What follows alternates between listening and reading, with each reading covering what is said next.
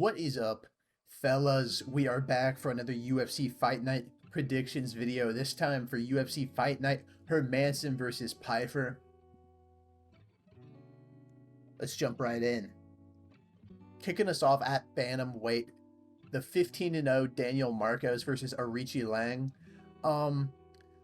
They have Daniel Marcos at minus 250, and I think I'm going to take Daniel Marcos to win. However, I don't think he should be minus 250 because in his last fight against Davy Grant, man, he looked very off. I think a lot of people think Davy Grant won that fight, myself included. If you go back and watch it, Daniel Marcos seemed very hesitant to throw on the feet.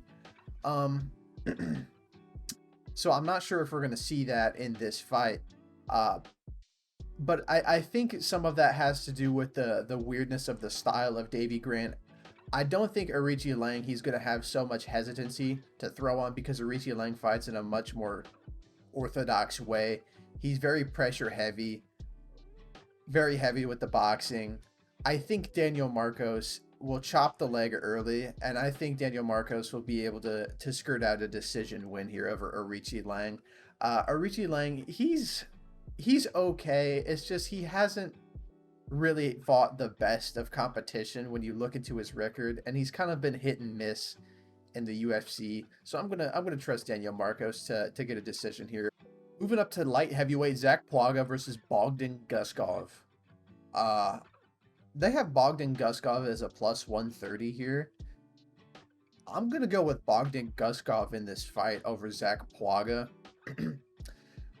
Zach Płaga is kind of a mid fighter, if I'm being honest.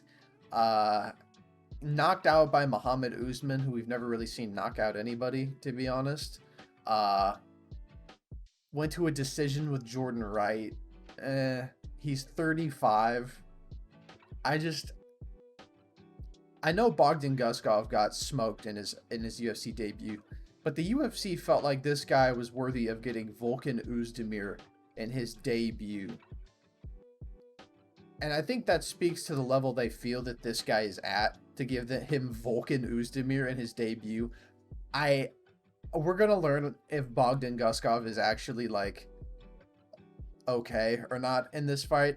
If he goes out there and smokes Zach Płaga, that means he's probably going to be a decent prospect in this division. If he loses to Zach Płaga, he's bottom tier trash and shouldn't be in the fucking UFC. But I think Bogdan Guskov here is going to win this fight simply because he has all of the finishing potential. How many knockouts does this guy have? He's got 12 knockouts and 2 submissions. This guy has a 100% finish rate. And his only loss recently was to Volkan Oezdemir. And every other guy he has TKO'd in the first round. And Zach Płaga really doesn't have any finishing potential. Even at 205, I feel like he's still a little undersized.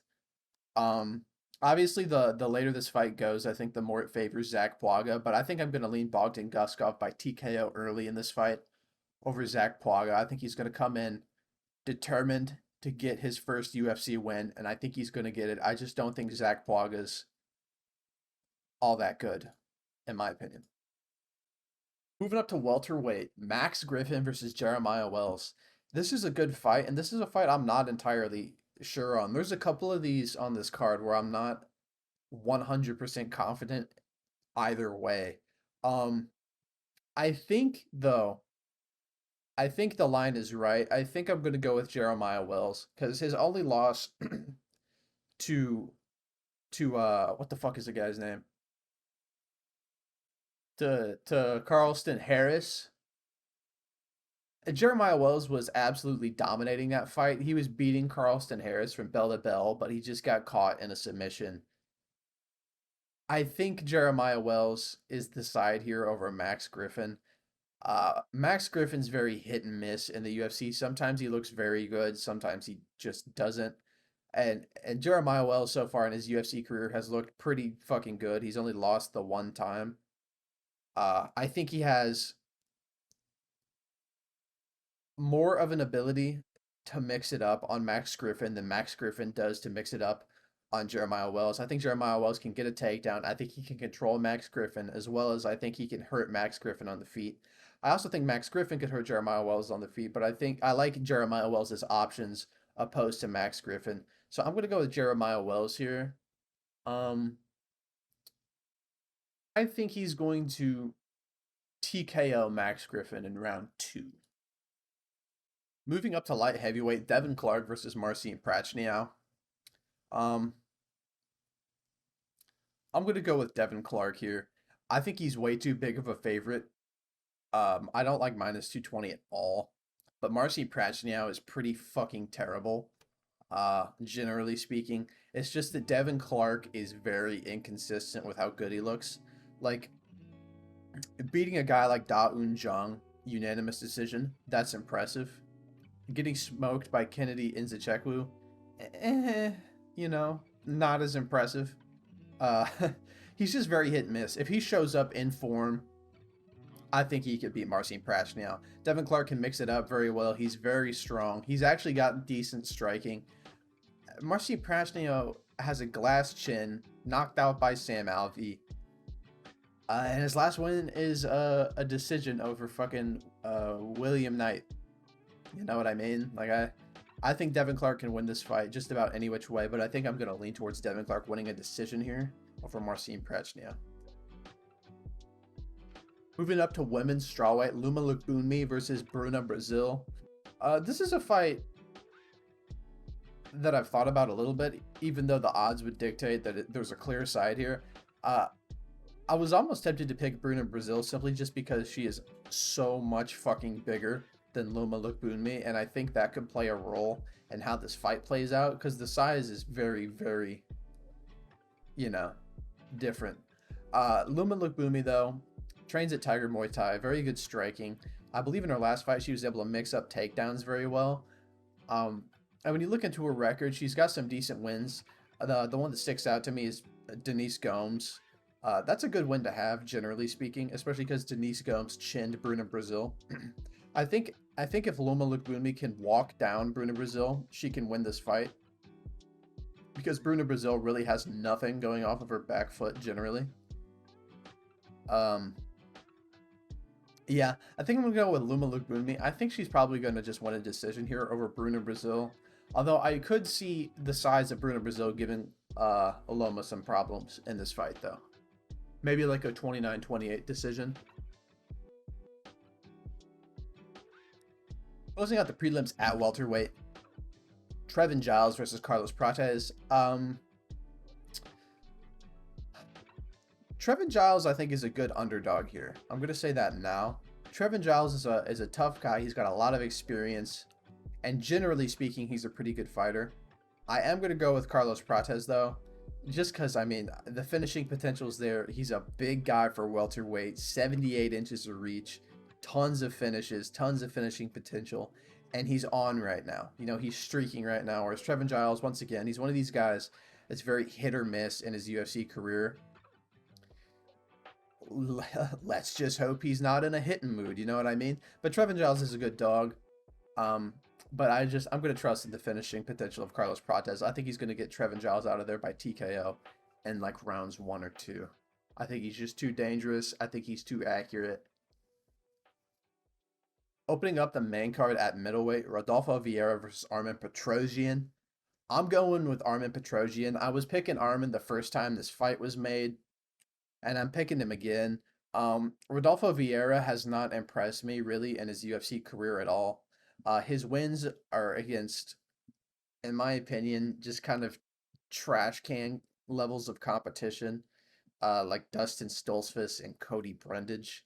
Those don't really impress me too much. And anytime he's fought somebody decent, he's kind of just looked mid.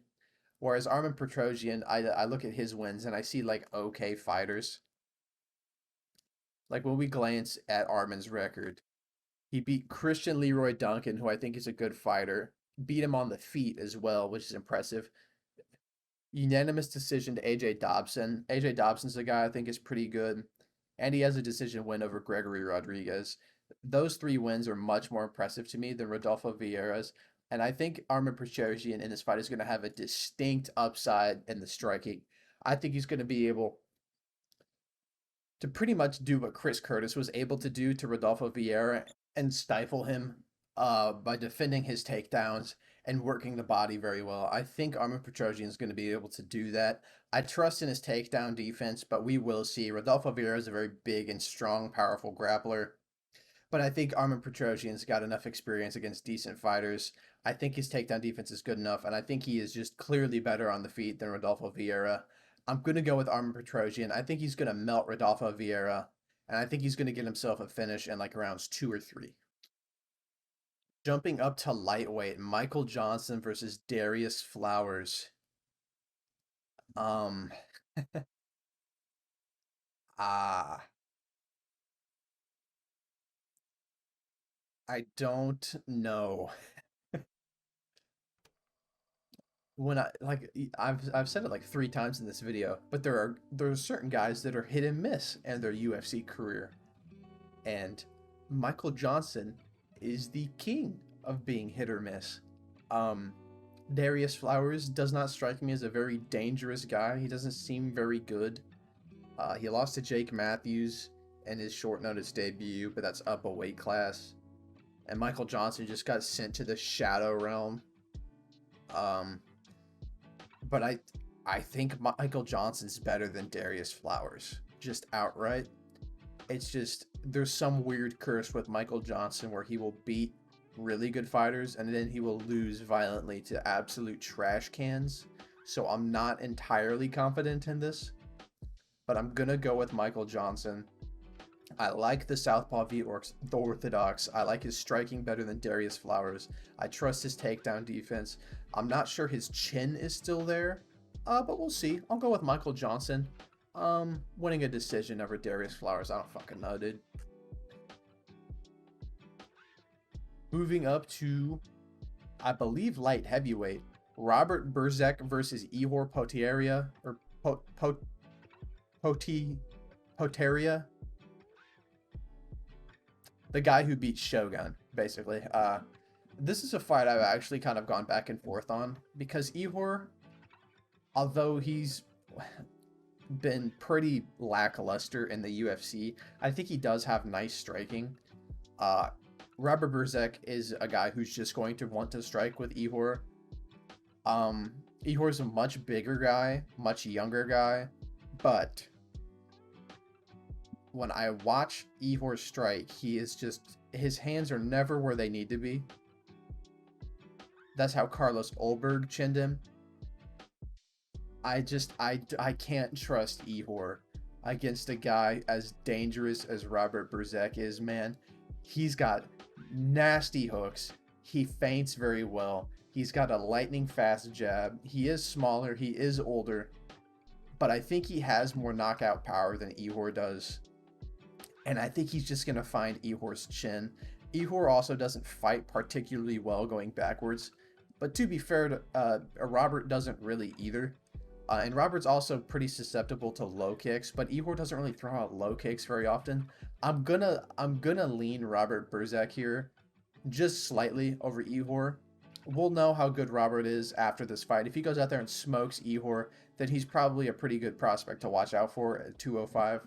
I think he's gonna get a finish here over Ihor, probably by like TKO in the second round. That's what I'm thinking.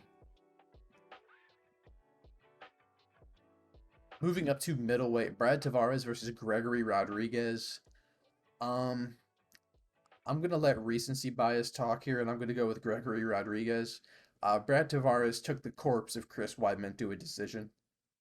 Uh, I don't really feel like I need to say more. He was getting tagged on the feet by Chris Weidman. Um, yeah, I don't know. Brett Tavares is a pretty good fighter. Very good takedown defense. Pretty much perfect takedown defense. So I don't think Gregory Rodriguez is going to have a very easy time mixing it up on Brad Tavares. But Brad Tavares' striking as of late has not looked very good. He got chinned by Bruno Silva, and he was getting tagged up by Chris Weidman on one leg. I think Brad Tavares might be entering the downswing of his career. He's 36.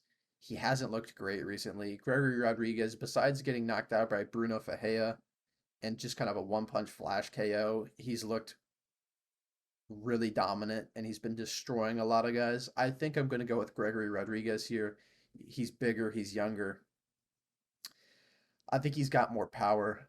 And I don't think Brad Tavares is able to take shots like he was back in the day. I think I'm going to go with Gregory Rodriguez here. I think he's going to find the finish over Brad Tavares in rounds 2 or 3. Moving up to the co-main event at featherweight, Dan Ige versus Andre Fili. This is a banger. This fight's sick, and I'm completely torn on who to pick here. I think this fight should be like a 50-50. I do see why Dan Ige is the favorite, though. I'm pretty sure Andre Fili took this fight on short-ish notice. But I kind of want to go with Andre Fili, man. This could be insane, but I kind of want to go with Andre Fili. Dan Ige lost to Bryce Mitchell, unanimous decision in his last fight, controlled on the ground pretty well. I think though Andre Fili, he's a much bigger guy.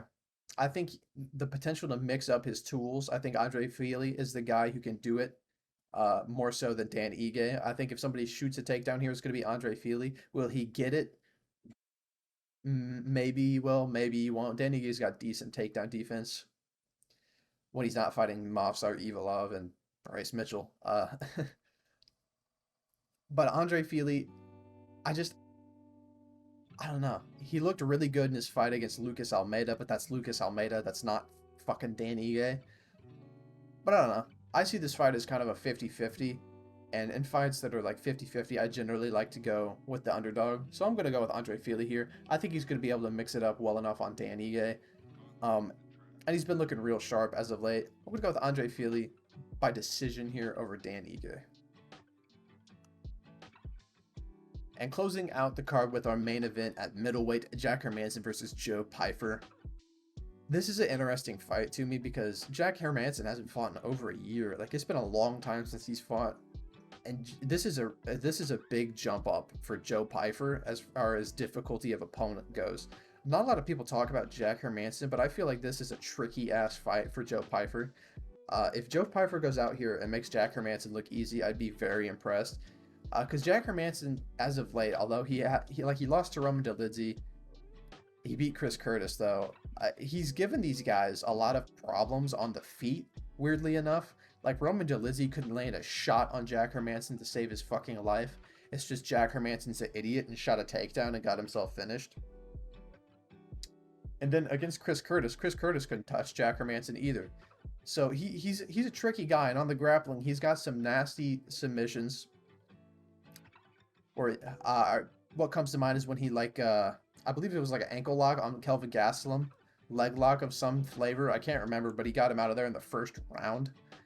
Jack Hermansson is a pretty dangerous guy, but I'm gonna lean Joe Pyfer here, just because I've seen more of him lately. Joe Pyfer's a guy who's been in like grappling competitions, stuff like that. He's been fighting. He's looked very good. Joe Pyfer has very good power in his hands. He's a very strong grappler. I'm not sure about the cardio. I'm not sure how this is going to start to look if this gets into the 3rd, 4th, and 5th rounds. My brain tells me that Jack Hermansson start to come on in the 3rd, 4th, and 5th rounds against Joe Pyfer. But I'm going to lean Joe Pyfer here. I think he's going to get a finish here over Jack Hermansson, just because I don't think Jack Hermansson's... I don't know what version of him is coming into this fight. It could be the best version of him, or it could be the worst. I really don't know because it's been such a long time. I'm going to go with Joe Pyfer here. I think he's going to get a TKO win over Jack Hermansson. I think he's going to take him down and finish him with ground and pound in like rounds 2. But I wouldn't be surprised if Jack Hermansson makes this fight look a lot harder. Because he is a tricky ass guy to fight. Big guy, long guy. But I'm gonna ride the hype. I'm gonna go with Joe Pyfer here by TKO. Thank you guys so much for watching. I hope you guys enjoyed. Don't forget to leave a comment and subscribe, and I will catch you guys next time. See ya.